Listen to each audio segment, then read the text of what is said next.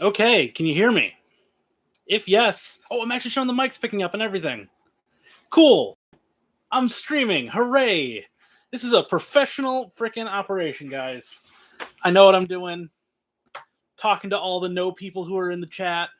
It's going to kick some butt.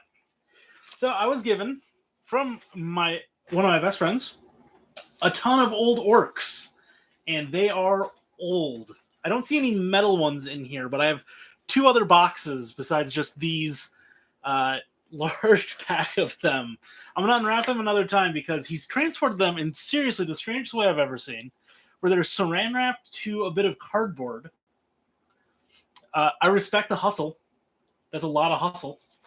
But I figured, we'll just keep doing what we do, and I'm gonna work on this box of just normal orcs. Let me know in the chat what you're working on tonight, or if you're coming in later. Uh, just got a message. So there's no metal in there, but there are two resin models, and I'll have to try and dig those out. I can't imagine the resin transported super well. I tried to ship some resin stuff with me to where I live now, one of the smoggiest places on the planet Earth today, apparently, and they did not survive. It was quite bad. But yeah, we got a ton of little new orc boys there. Two more boxes of them upstairs. Really excited to open those up and go through them.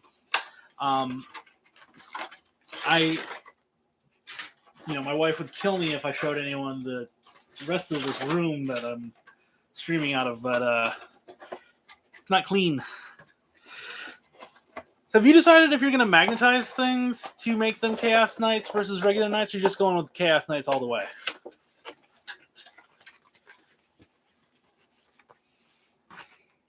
I think you should magnetize. I think it would be really cool. I also think it would be a lot of work, and I would not do it myself because I'm kind of a coward.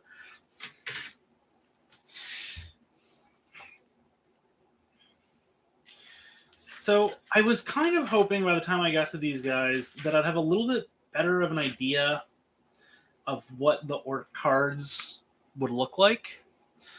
I'm still doing the same thing I'm going to do, but I would like to know just like how many models can be in a unit, how many, can you do like a split unit, like hey, get some sluggas in there, get some choppas in there, or what? But alas, it's not meant to be.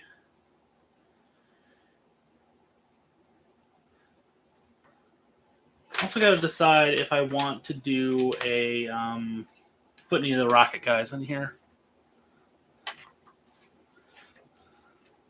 Yeah, vague painting helps. I mean, everything is just skulls anyways.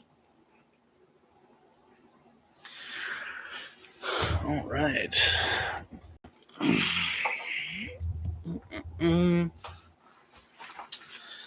Okay. So I'm just going to dig right in. One thing I think is really cool about this is apparently there's 11 models in here. I really thought GW... I never played a GW game, like, really until... I don't know, like 2 years ago. Like, I dabbled. It's hard to, like, be involved in this hobby and not, like, have some GW stuff, right?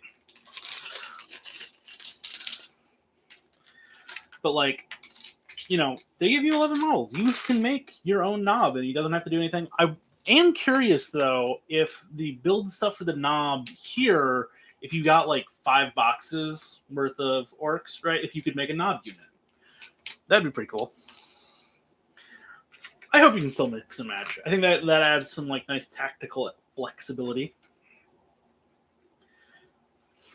I mean, it's tactical flexibility that I probably would never do because I just want to throw 1,000 screaming lunatics onto the table and have them scream lunatically. Because that's how I roll. But I hope so.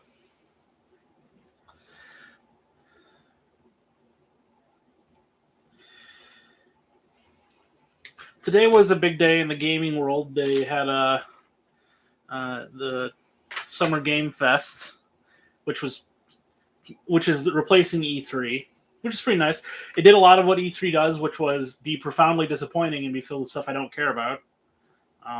The big showcase was like Mortal Kombat 1 because they're rebooting that. Like I consider myself a gamer, not as hardcore as my wife is. She's platinumed the power washing simulator game, so she's a capital G gamer. But like I just can't bring it in myself to care about Mortal Kombat. Like I just don't care. Like I was pretty excited for Street Fighter. I think Street Fighter is cool, but like Mortal Kombat seems to be just trying so hard to be edgy, you know?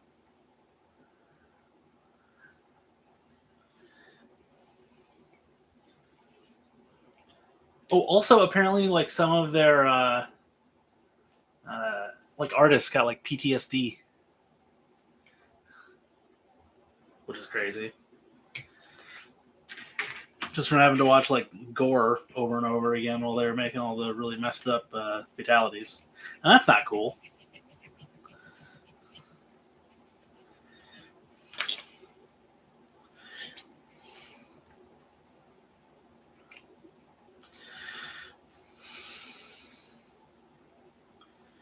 I was also a little disappointed with the orc reveal a couple of weeks back for the Warcom, just because like I was really hoping to see the boys. Like, I guess it's a little bit of like selfishness, but I was hoping to see the boys cards just to be like, oh, this is how many you can have in a unit.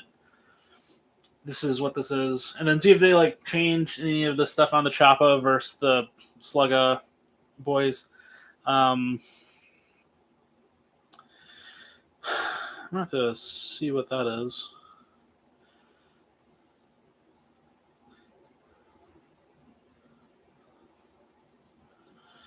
I'm gonna go to the most legal website, Wahapedia. Oh, it's next week. I thought it wasn't until the end of June that all the data stuff were dropped. Okay, well, I guess I'm just a putz. I can't imagine that it's going to be like too different. You know, like the boys are just like this like bedrock fundamental thing in orcs that I can't imagine that they'll like move them around too much. I'm a little disappointed that the Choppa isn't like +1 strength or something. But like it does make an extra attack, which is pretty valuable. I would be kind of interested for someone who is good at math. Not going to name names, but any of the people who I'm friends with are good at math, and I'm an English major, so do that as well. What the expected outcome difference is between Choppa versus a Choppa boy who can like shoot and charge with a Slugga, and then also what a shooter boy. Oh, this dude's like twerking. Am I doing this wrong? Look at that. Look at how much he's backing that thing up. We got like a dang, this dude does not skip leg day. Bounce a quarter off those cheeks.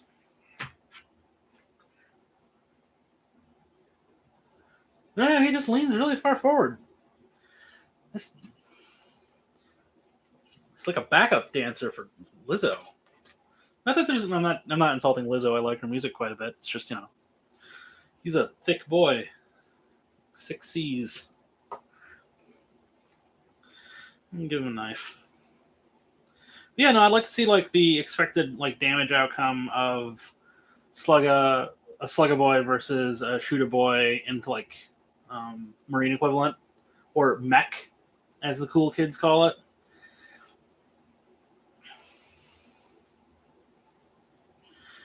I feel like there's a good chance that Don will just know off the top of his head and just be like, oh, it's this.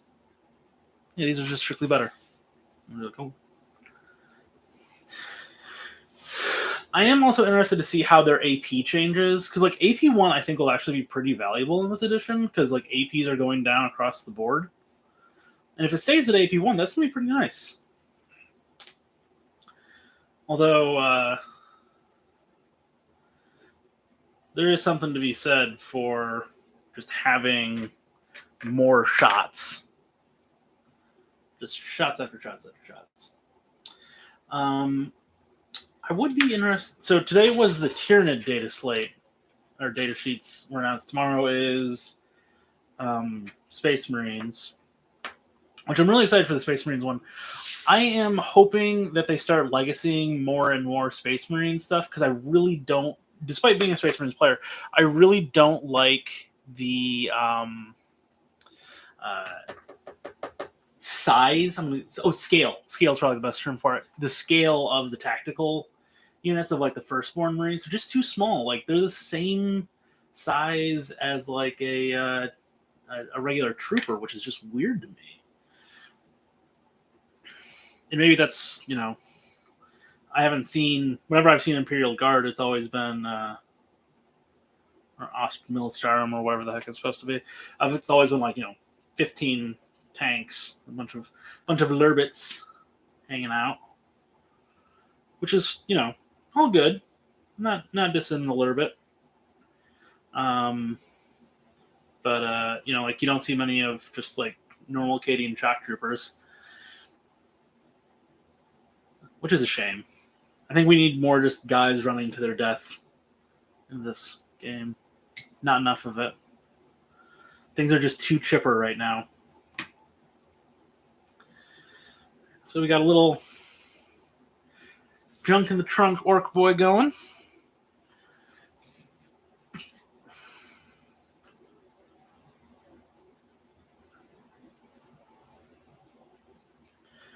Imagine Dan's still driving.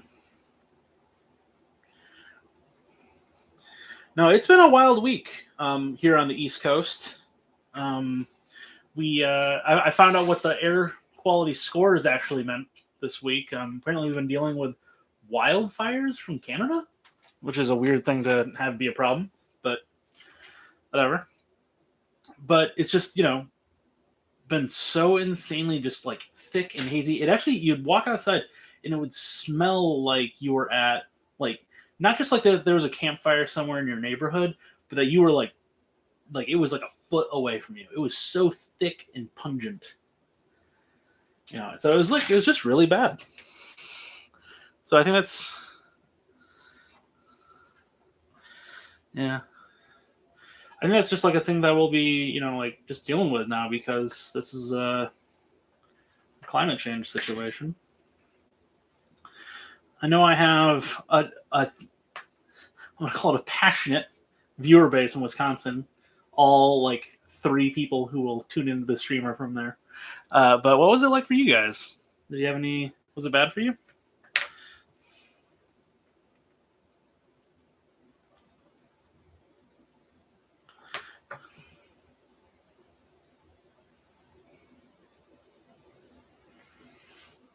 Yeah. I was kind of hoping that Dan would be able to join, and he'd be like the best person to ask, because he's going to experience. Although it mostly cleared up for us today. Our sky wasn't that red. Like I saw some pictures from like Philly and from New York City. There was one that was going viral with the new Diablo like logo at Times Square, where it had like this crazy red-orange hue behind it, and it was very creepy. Very effective guerrilla marketing. I can't believe Blizzard set a forest on fire for that, but more power to them. Yeah, these guys just look. He just has like this weird little dump truck butt. But yeah, more power to him. Well, that's one done. These guys get knocked out really fast. I'm excited to paint these guys once I get to that stage, just because I feel like you're not going to be impressed by my paint job. You're just going to be impressed by that I have painted 90 of them.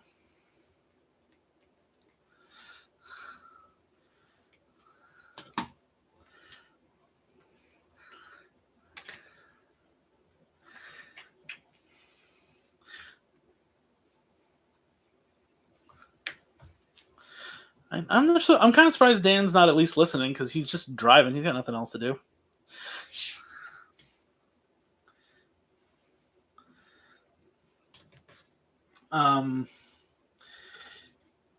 yeah, no, it's just been so crazy with all of this stuff. Um, I feel like this reminds me a lot of, I think it was 2020, where you'd see pictures from the West Coast and they had just this crazy, um, uh, crazy like red haze in the sky. Uh,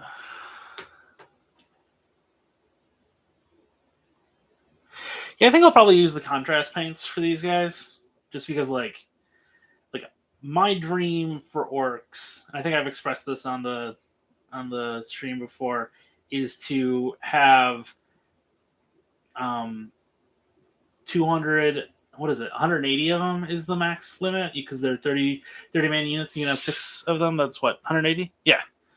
And it's just like, I'm just going to put them all on the table and I'm going to run at you and you're going to probably kill a lot of them.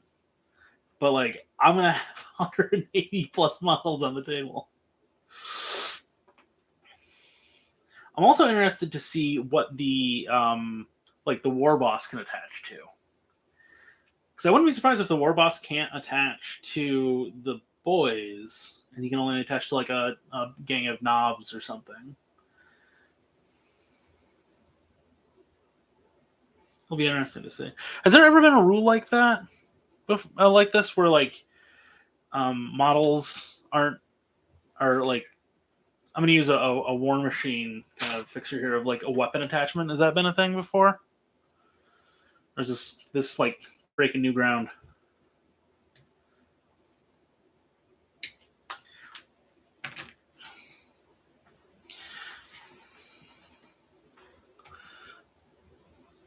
Oh, that's cool. No, I really like this as like a way to sort of, and maybe it's because like I never understood how armies came together on like a functional level in ninth edition. Like I would just be like, here's a bunch of stuff that I think is cool. I'm just gonna kind of slap it together and put it on the table. The closest I got was running the big black blob with uh, Black Templar, of having like a full Crusader squad, and then just like having some stuff to like help keep it alive and be really hard to kill it. But like that's a little different than some of the stuff I'd read about online of like seeing like these nids that could like yo-yo back and forth across the board and cause like 134 mortal wounds by doing finger guns at your opponent or something. And it reminded me a lot of playing War Machine before I moved to Madison, where it's just like I can see this, I see all the the discrete parts. I don't see how they come together though. This helps a little bit because like each benefit seems to be like squad inclusive, right? So you're having these models that are being put in, and they're just going to benefit this squad, right? So like you just kind of build around that. I'm going to ask a rules question that I probably should know the answer to. What? Oh wait, what the heck did I do? This is on the wrong arm. Oh no!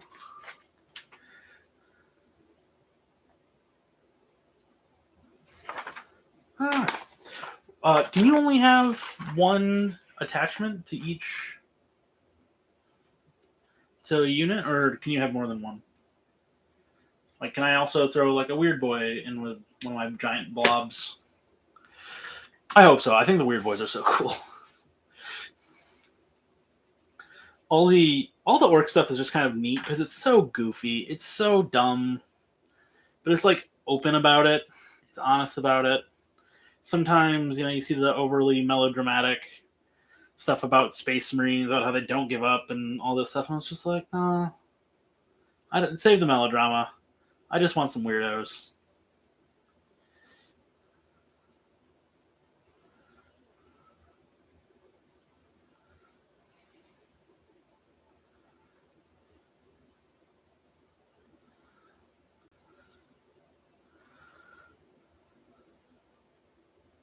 Okay. Now, I'll be pretty interested to see how that goes. I'm also kind of fascinated by like how models are going to be point costed for equipment. Because I feel like when I first started playing in 9th edition, they still had point costs for stuff in Space Marines, but they changed it like a year ago? Question? So that everything was just free. Like all weapon attachments, all weapon choices were like, it's just free. Screw it. The end of the edition has come in. We're just going wild. So like there was some stuff that was just strictly better. But even before then, it'd be like, is a Thunderhammer worth an entire Space Marine? I don't know. People say it is, but I don't know. That's a big cost of 20 points for just a worse to hit. Whoa. I'm losing him. No.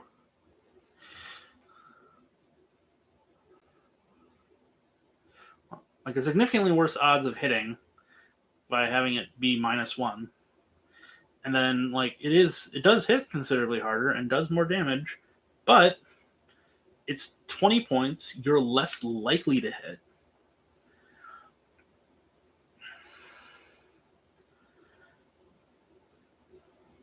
So like how good are what you're doing.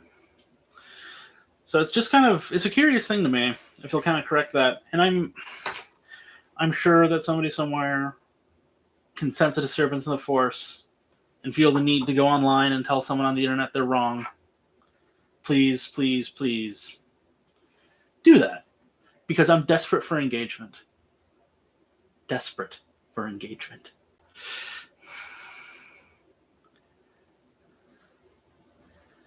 Will podcast for food. Oh no. Stand upright, dump truck butt.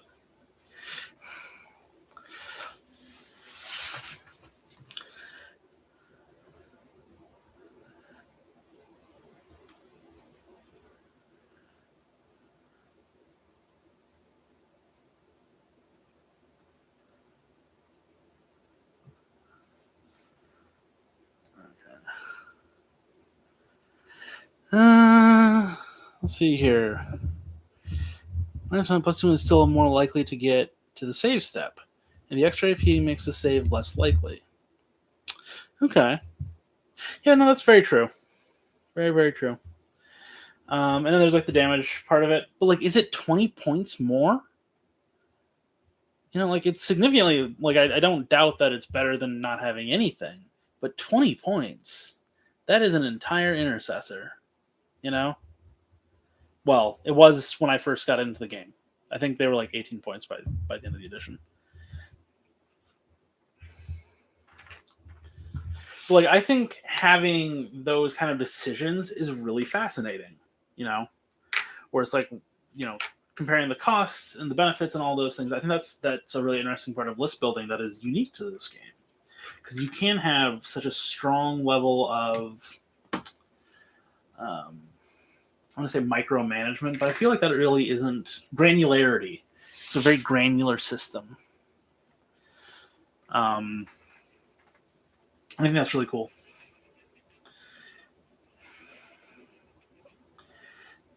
Like I had a unit of assault intercessors, and they all had the swords. And I gave my sergeant there the hammer because I thought the hammer was sweet.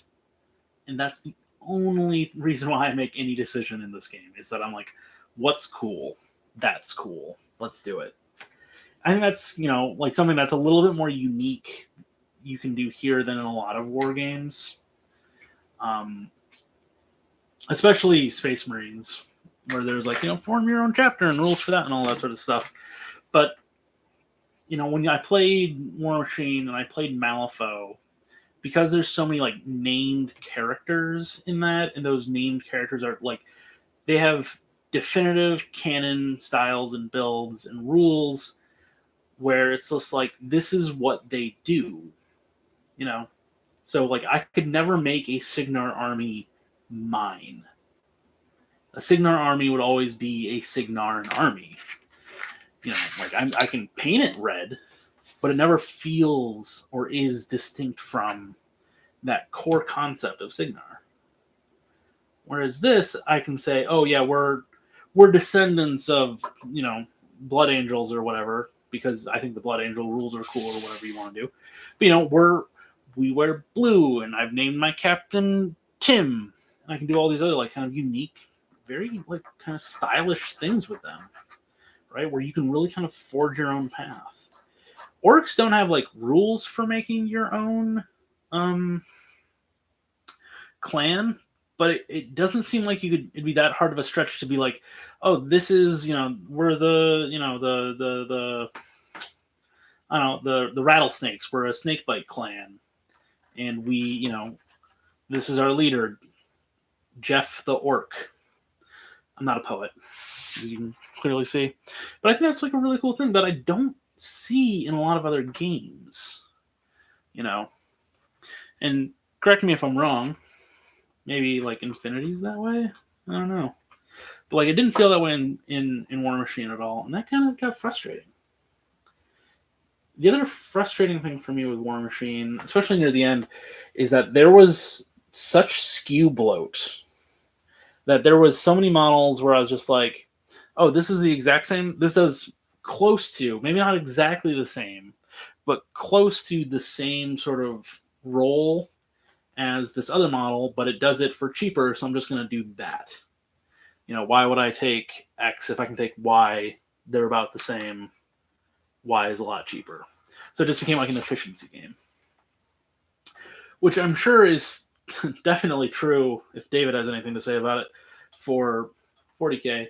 But like, because you can kind of forge your own path and kind of make your own, you know, sub-faction or whatever you want to call it, you can kind of, you know, lean into that a little bit more. You can have a little bit more fun with it. Like, yeah, boys might be better than what are they? Beast Boys. But like, I like the aesthetics of the Beast Boys more. It makes more sense for the story that I'm telling with my chapter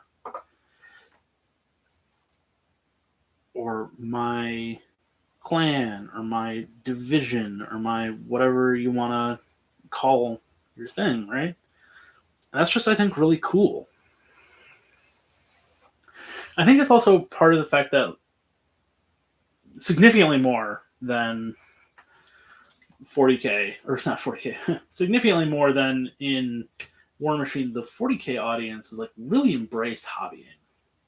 I saw some like really, really cool stuff for hobbying with with War Machine. Don't get me wrong at all, but like I also saw like some people do the bare minimum and like the game and what happens on the table and what happens between those 48 inches is what mattered for it. You can't really tell a story as well. You can't tell your story of your models and your characters. And I take this, you know, from a significantly more RP level than I think like a lot of more competitive players would take it. But like for me, that's what this is about. That's what I think is cool about the game. And yes, I want to win. Anyone who says they don't care about winning or losing is either lying to themselves or to everyone else. People down, deep down, they want to come out victorious. They want to see their heroes triumph.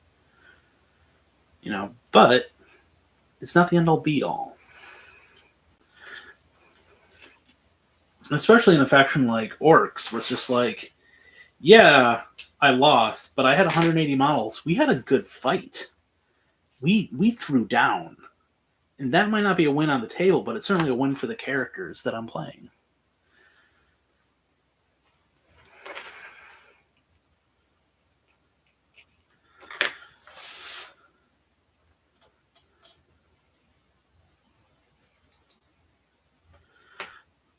All right, let's give this dude a noggin.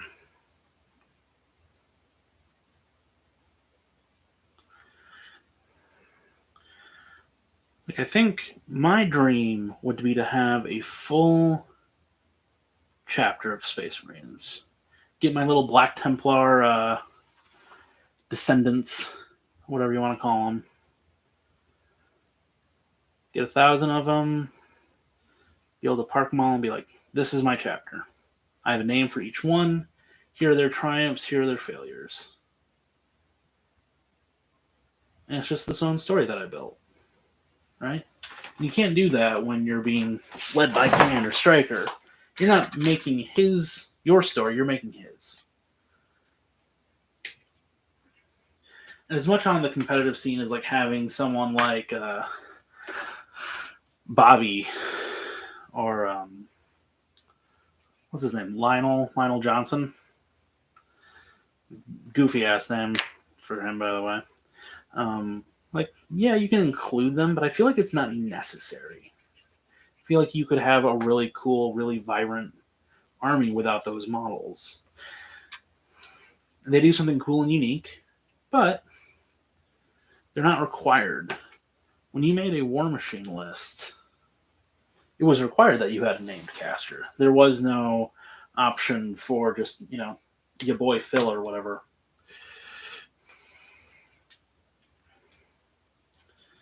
Ah. There we go.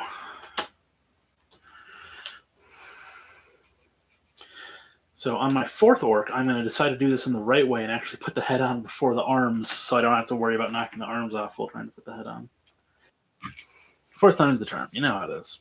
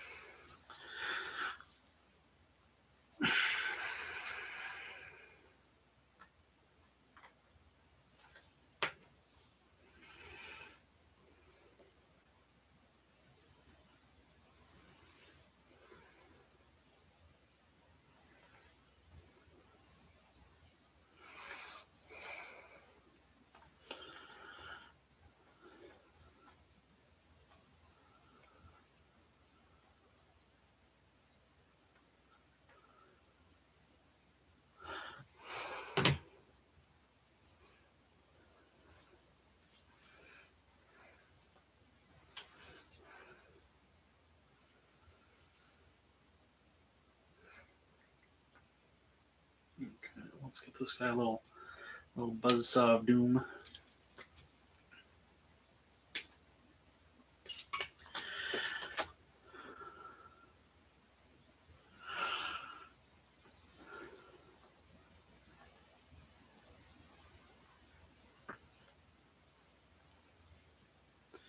I literally just talked about how I needed to remember to put the head on top of this dude before I put the arms on, and I've already messed that up. Took 30 seconds. Killing it.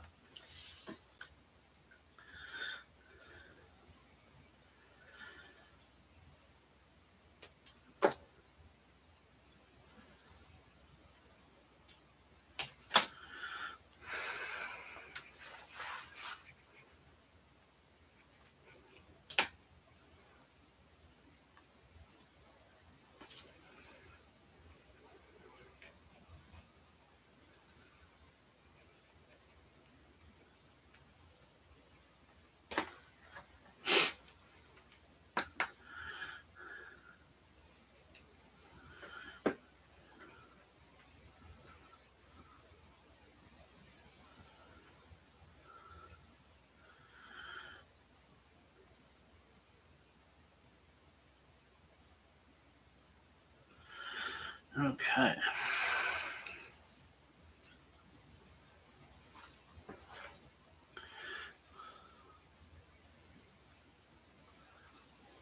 I do also like being able to put the orcs and having their guns shooting up in the air because it makes it look like they're just going, wah! Which feels about right for a bunch of drunken idiots.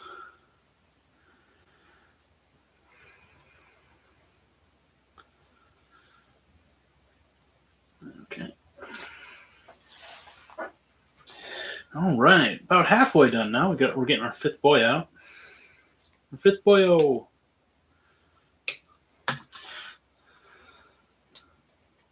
Oh, you know how it is. No worries. What you working on tonight? Oh. That's Blade Guard veterans. I'm not down with the hip lingo of today's kids.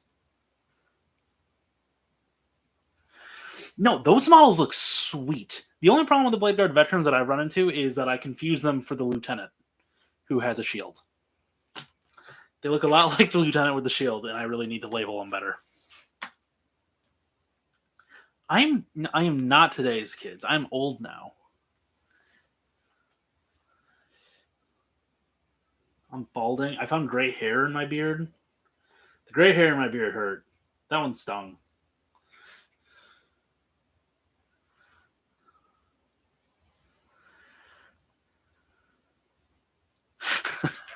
I like that idea, Matt. That's nice. I think I'm going to do that. I really like that. Just kind of shooting wherever.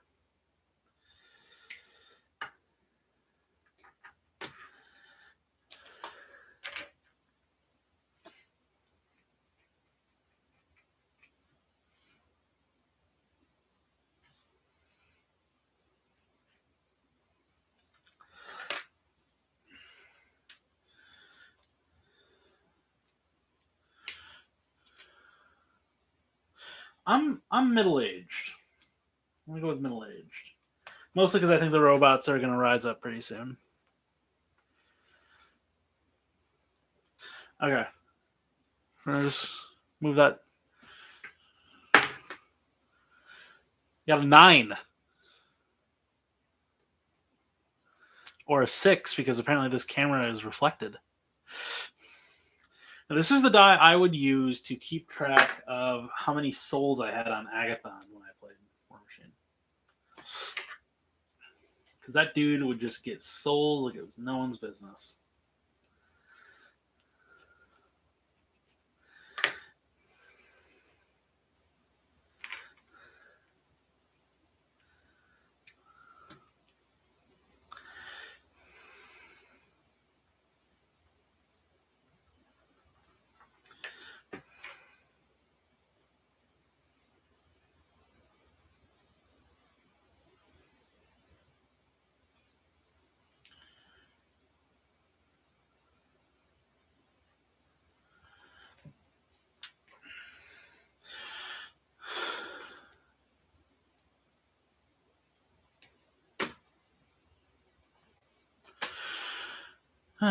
Matt, are you working on anything tonight, or are you just going to be kind of popping into the chat?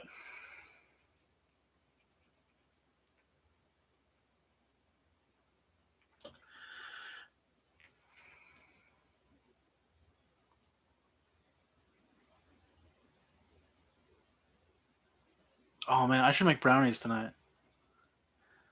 That sounds really good. Dang it, dude. Actually, what I should make is brookies.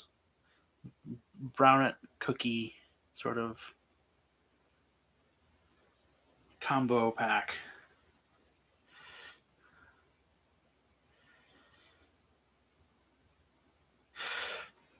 How are you liking the new Lodor set? I've heard a lot of really good things for it. The art, I think, looks especially good, but your most irritating people on the internet were big mad about it.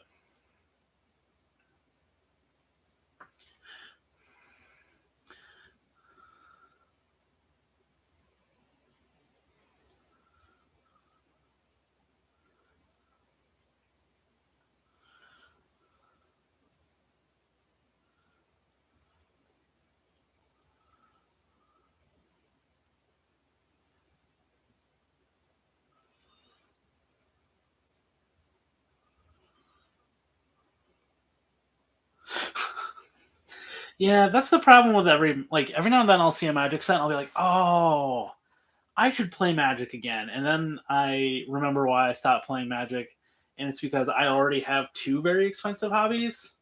And I think if I got a third one, my wife would kill me.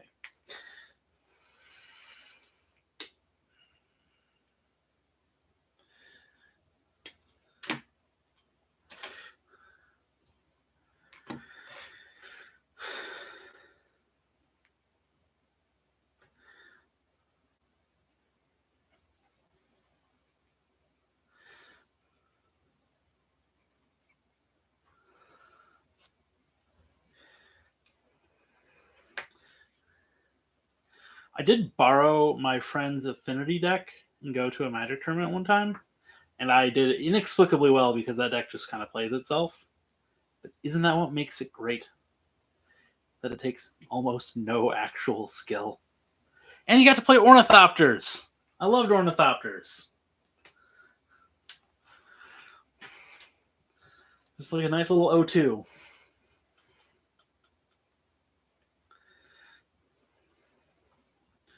If I ever go to a 40K tournament, my goal is to be an Ornithopter. I'm just going to go O2. O2 drop.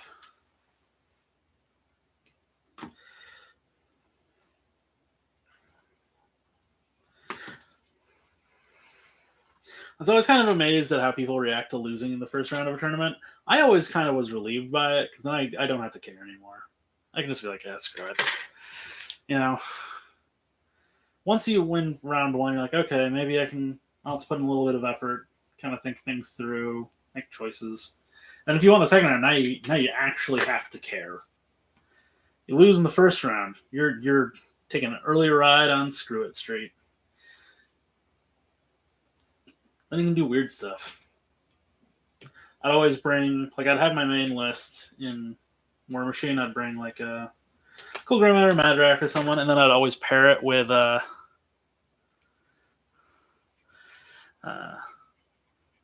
pair it with, like, Jarl. I'd play my Jarl ready for this list.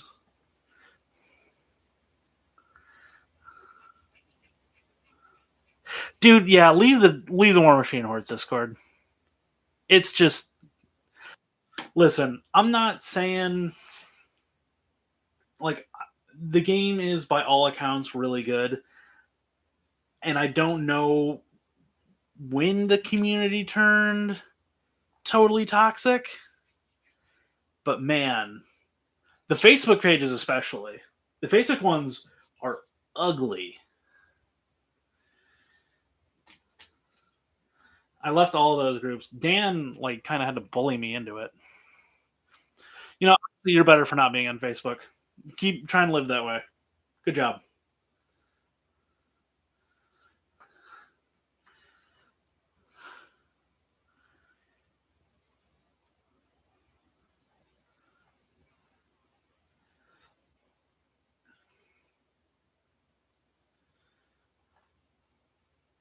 Oh, I mean, I don't think I've seen them talk about the game once on any of those, on any of the Discords or any of the Facebook things.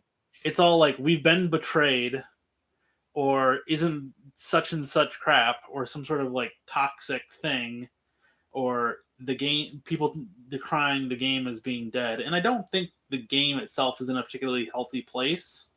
And I think that has a lot more to do with business decisions than it does like the actual like mechanical clockwork of the game. Because mechanically, even at the end of Mark III, I was still having a ton of fun with it. I really enjoyed the game. Like, list building had gotten very solved, for lack of a better word.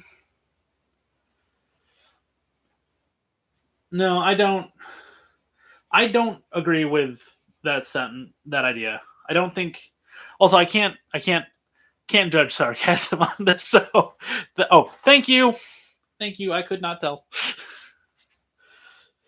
I I have to agree with Morgan Black on this one. Like, I think that War Machine was taken off and it was doing really well, and it hit at a point where 40K was in a really bad spot. Just from like talking to people, like Mark, I think it was like Mark 5 and 6, where it was just like in a bad shape, right? Like the game was like bloated and broken and just like chasing power curves book after book. I didn't play back then, but like that's what I've heard. And it's why I got into War Machine, is because there was a War Machine community at the local gaming store. Right? And I kind of futzed around with it for a while. But like it never really kind of grasped. And then now that 40K is like, I don't know if 40K is, I don't think it's as good of a game as War Machine was, but like it's good enough. it's balanced enough. You can see them putting in the effort enough, right? Like they do the there's an actual thing for it. I can't remember what it's called, but it's their like biannual like, hey, this is what we've goofed up on. Our bad. And they kind of like adjust some points here, you know, smooth some edges here, kind of correct some things there. Sometimes they overdo it. I think they overdid it with I'm just gonna call them dwarves. I can't remember what they're actually called in lore. Votann, maybe? Or wait, no, that's not right. Votann is no, it is Votann. Yeah. But you know, that's just such a like I think they overcorrected there.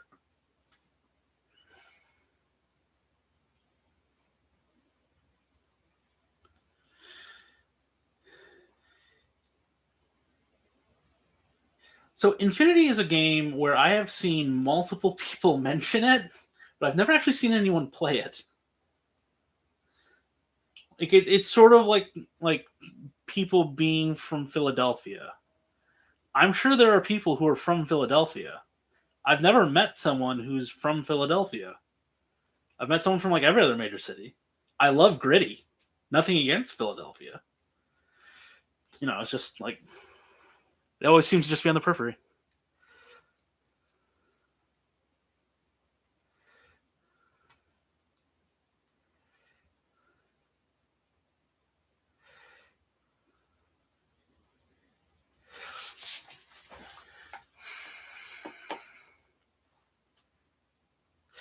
Ooh, they have metal models.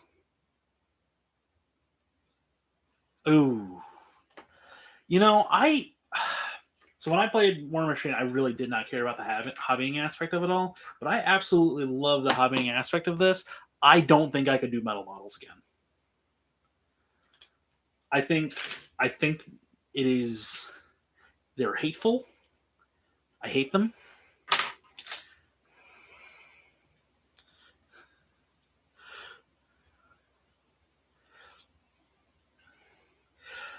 The other thing that's kind of weird to me is I feel like is there so what size would you say that game is? Infinity, that is. What is it like a skirmish size game? Is it bigger, smaller? Yeah, but like what's okay. Because like I liked War Machine because it kind of was like in a good spot where it's like both sides will have between 25 and 40 models usually, not always, but roughly that. And 40k is significantly bigger than that, but it makes me still feel like I'm in an epic scale thing. One of the reasons why I didn't like Warcasters, I just felt like it's like, oh, I have 4 models on the table, they have 4 models on the table, and it just goes by so quick, so as to not like have weight. 10 to 17 might not be too bad.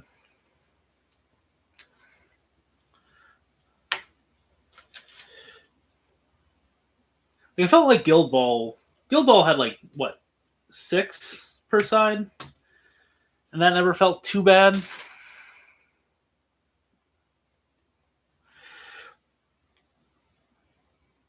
Did Warcaster just like so I know they were doing a lot of Warcaster stuff through Kickstarter. Did that just go away? Did that just stop?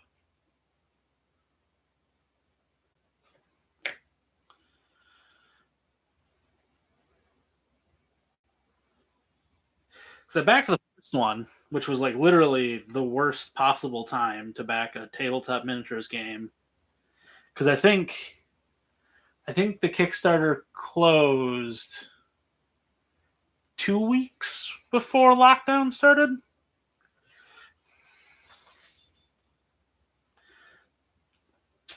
Which is just, that's bad. That's bad for a game that can literally only be played in person.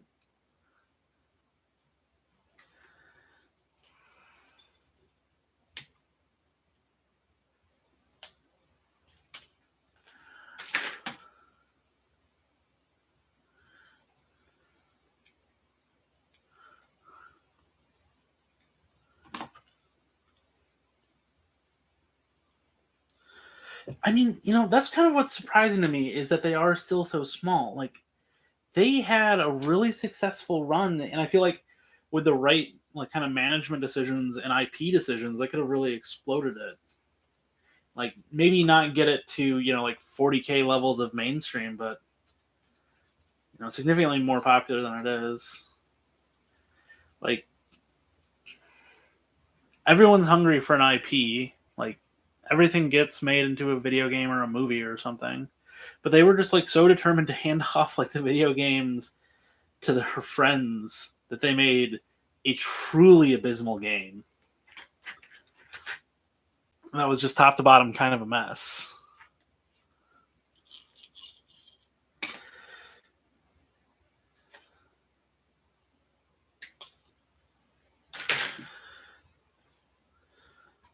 Yeah, I kind of am too, but it's like it's a weird thing. Like I remember I sold my trolls to Noble Knight, and like all of the friends I have here, all of the friends that are like on this thing, the people I'm talking to, like War Machine was my way of getting into it. It was like how I made friends, how I met people, all that stuff. You know, so like, and those trolls were such a core part of it. They're what I played for 5 years. Yeah, I sold the trolls. I kept the models that I cared about. I kept my king and I kept Cold Grandma. I kept legs. Yeah, I sold everything. And it was like heartbreaking, But like those models just were not going to be legal soon.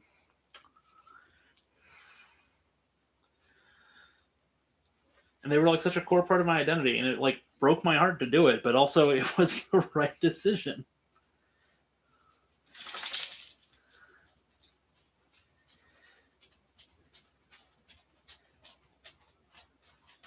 I was able to afford most of the stuff I had.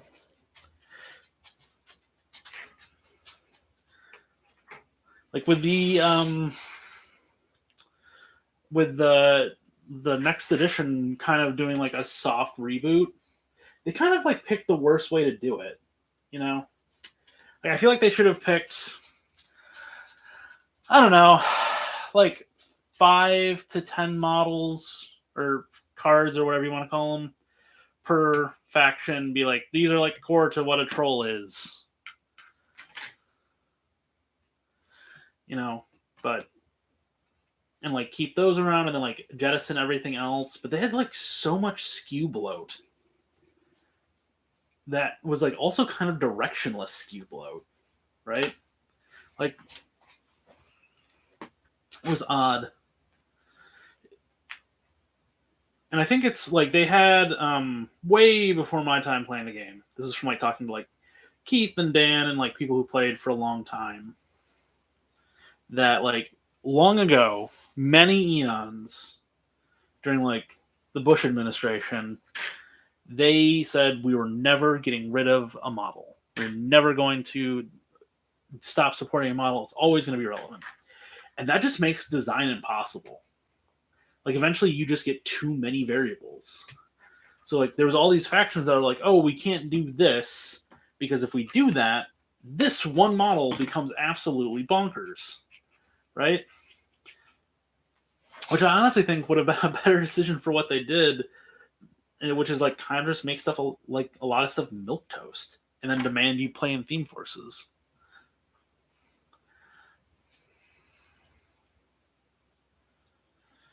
But I think I definitely could have seen a world where they're just like, yep, Madrak 1 and Madrak 2 no longer legal, like almost create like Magic the Gathering modern, you know?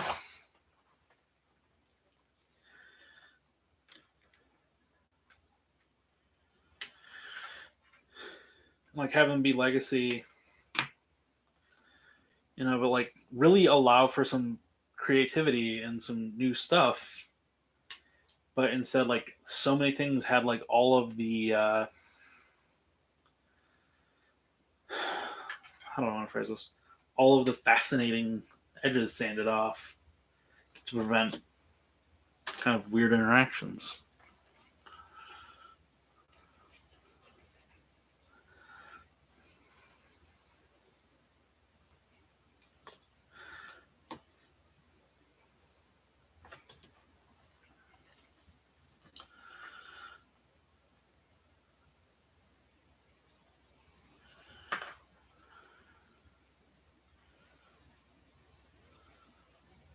They made Gristle 1 really boring and Trolls to kind of counterbalance the fact that she was so powerful. And they like sanded away all of the stuff that made her unique and interesting. So she became really dull in the Mark III update. And then kind of near the end, they restored her back to her former-ish glory. But even then, it wasn't nearly as cool as it was before. There is not an Expendables for Morgan Black. It's Expend-4ables. Please treat that property with the respect it deserves.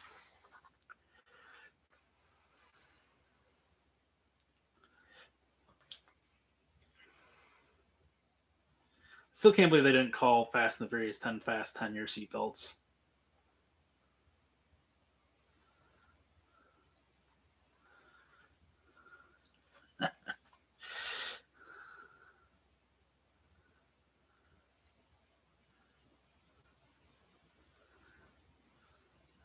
How do I want those guys?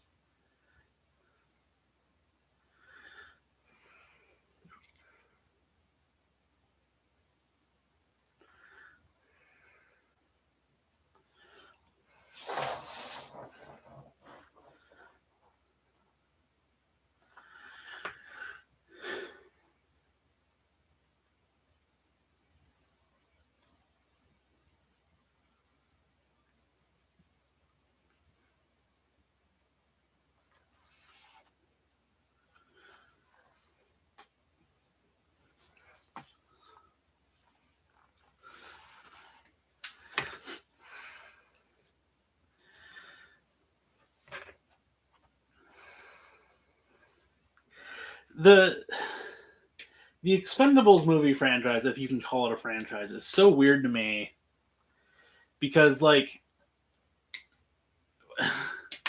what you can watch Commando, like the movies on Netflix. Just watch Commando. It's good. It's fun. He tells Bennett he was going to kill him last, and then he lets Bennett know that he lied. Like I like that movie a lot. Actually, I think Bennett's the one who tells to blow off some steam.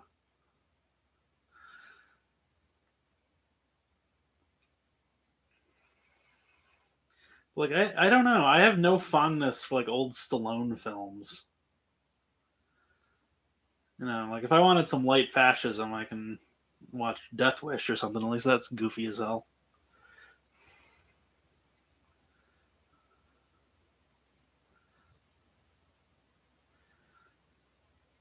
Although if you have a chance to watch Cobra, watch Cobra. It's terrible. But full stop in the middle of that movie, there is a Toys R Us commercial. It is the strangest thing I've seen.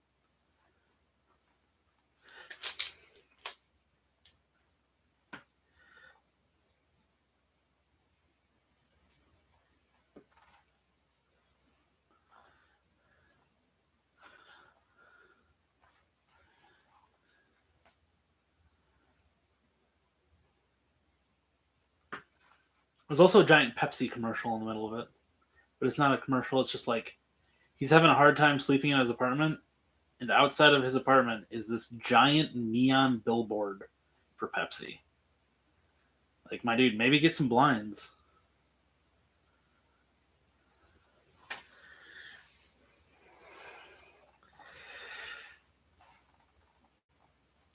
God, what other weird stuff is in Cobra? Oh yeah, there's a part where he compares faces to fingerprints, which is just like a weird phrenology thing. Cobra's a terrible movie. You should watch it though. There's a part in Cobra where like there's this massive shootout with like 1,000 gang members, and they do like close to $1 trillion in property damage, like classic '80s movie crap. And Cobra is like, I don't know. I'm thinking that this is like an organized gang. The chief of police is like, there's no evidence for that. You can't just be saying that. It's just like, dude, there was literally 12 seconds ago 12 dudes on motorcycles attacking Sylvester Stallone in a drive-out shootout fight thing. You cannot say that it is unclear if this is a gang. It's a gang. We all know.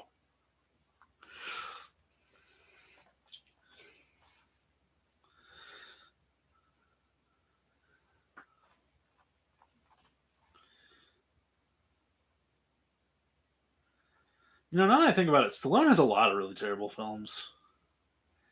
He has this one with Kurt Russell. I'm thinking of what it's called, Tango and Cash. Yeah, Tango and Cash is very weird. I highly encourage you to check that out. I think it's the film that kind of killed Stallone's career until he had his like kind of ironic question mark sort of revival that's happened in the last couple of years. Still can't believe that dude has a Oscar nomination. Oh, Tango! Oh, I'm so glad that there's another Tango and Cash fan in here. No, Tango and Cash is definitely in the so bad it's good category.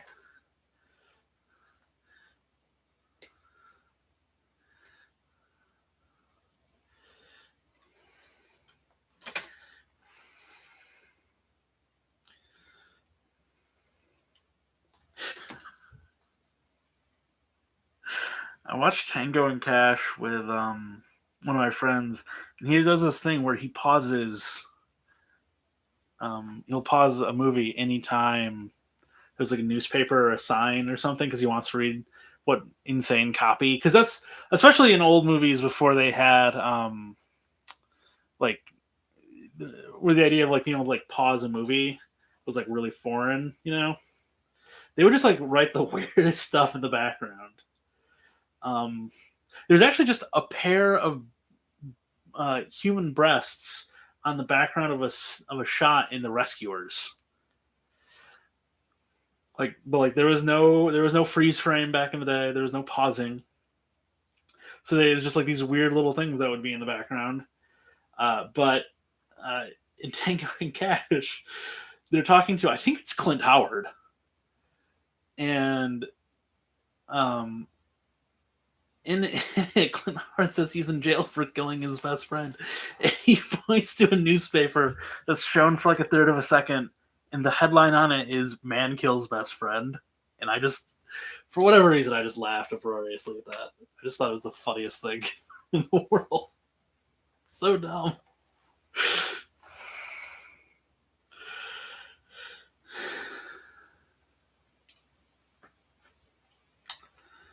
What other good terrible Stallone movies? Demolition Man. Demolition Man might be like the most fascist movie I've ever seen in my life. Um,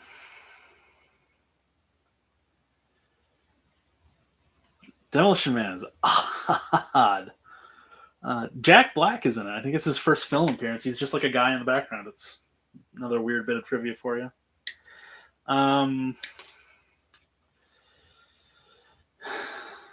Let's see. What are some other ones?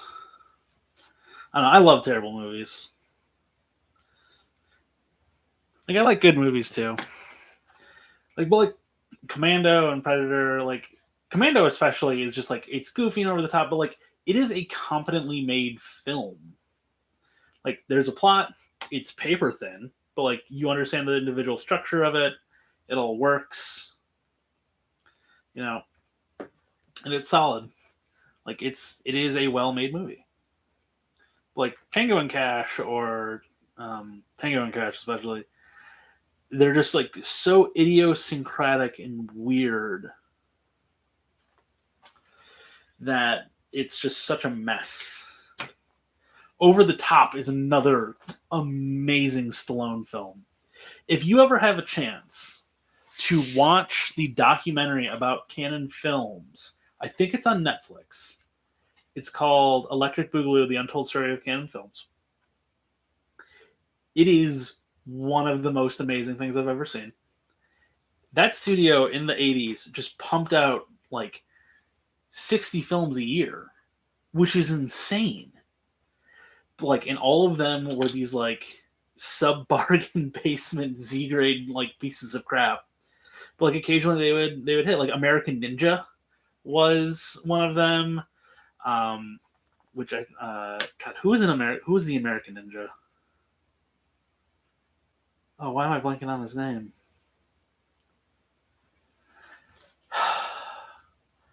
Go watch American Ninja.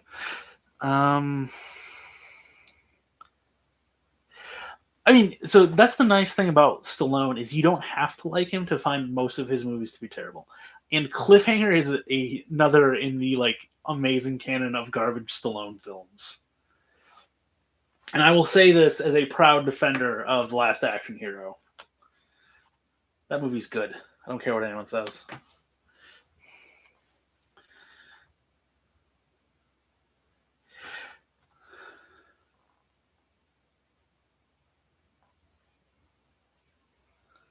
Yeah, Last Action. Yeah, it was satire and it was solid gold.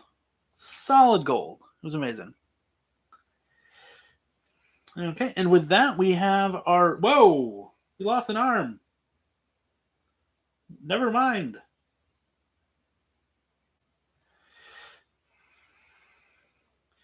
All right, and with that, we have our last Orc Boy built. Full unit done, about an hour. Thank you for tuning in. Hit like, hit subscribe, ring the bell, or whatever it's called. Have a great night, everybody. Bye.